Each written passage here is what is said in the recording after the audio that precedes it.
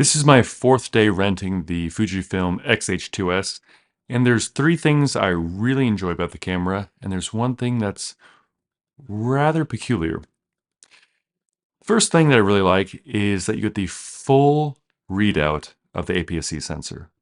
So instead of getting 16 by 9, but being able to shoot in 3 by 2 with still photos, this, kind of like the Panasonic S1H, you get to do the entire sensor. So you get 6.2 wide by 4 point something K up. And so yes, it comes out into this boxy 3 by 2 aspect ratio that you can then crop in. And that ability to crop in vertically is really nice in situations like this. Maybe you don't want so much space, maybe you want more space above the head when you're doing an interview. You can do that in post without losing any quality. So that's really nice. Second, the noise.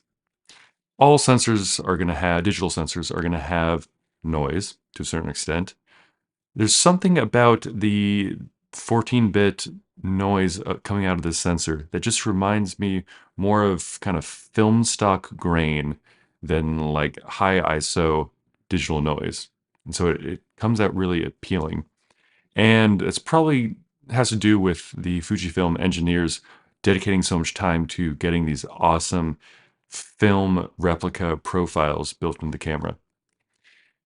And then third is, that it has real 24 frames per second recording. So instead of the drop frame 23.976, you get 24. And this, at least to me, is really nice to look at when you're going through your nonlinear editor and you don't have to worry about what's happening in the background. And I'm not actually, you know what? I'm not going to go into drop frame. You can look at that yourself. But especially since we have screens that can dynamically adjust their refresh rate, this just makes everything a nice, easy to work with even number.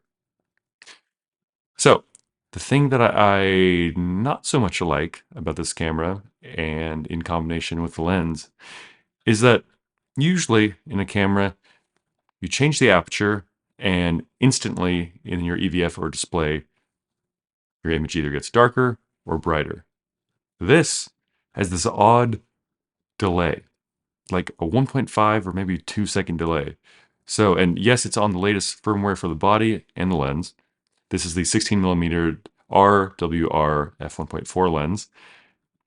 And you change, let's say, f1.4 to 2, and it takes about, as I said, I don't know, 2 seconds.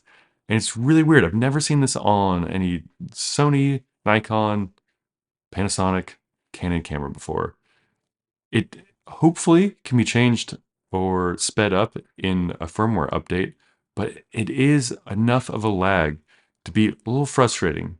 I mean, this situation, you're not going to notice it because you're not dealing with it yourself when you're sitting in front of your own camera.